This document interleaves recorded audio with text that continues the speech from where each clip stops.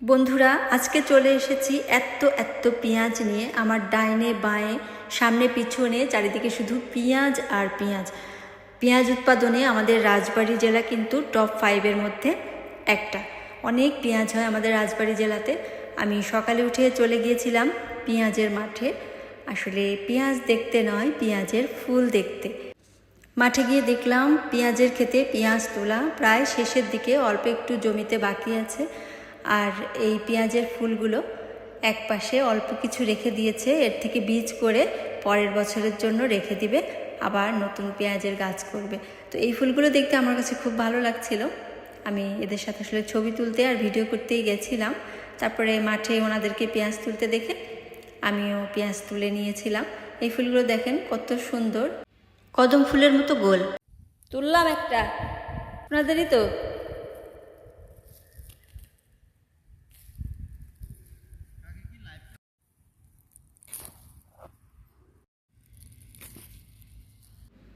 একটা তুলবো বলে অনেকগুলোই তুলে ফেলেছি। পেঁয়াজ তুলতে ভালোই লাগছিল বেশ, অর্ধেকটা বাইরেই থাকে। আর ওই যে আমার পিছনে ওনারা পেঁয়াজ তুলছে। প্রথমবার এমন একটা অভিজ্ঞতা হলো, মাঠ থেকে পেঁয়াজ তুললাম। এরপরে পেঁয়াজ তুলে নিয়ে আমরা বাড়িতে চলে এলাম। কোন বাড়িতে? যেই বাড়িতে অনেক পেঁয়াজ আছে, আমাদের সম্পর্কে দেবর হয়, ওদেরও পেঁয়াজের মাঠ আছে ওই সাইডটাতে আমি যেখানে গিয়েছিলাম, কিন্তু ওখানে আমি আসলে শনাক্ত করতে পারিনি ওদের জমি কোনটা। পরবর্তীতে বাড়িতে এসে আমি ওদের বাড়িতে গেলাম, অনেক পেঁয়াজ আছে এই জন্য। তো পেঁয়াজগুলো কাটছে এই মহিলারা। কয়েকদিন থেকেই পেঁয়াজ কাটা চলছে। গ্রামে যে বাড়িতেই যাচ্ছিলাম, যাদের মাঠ আছে, দেখেছি যে ওইখানে এই পেঁয়াজ প্রসেসিং চলছে।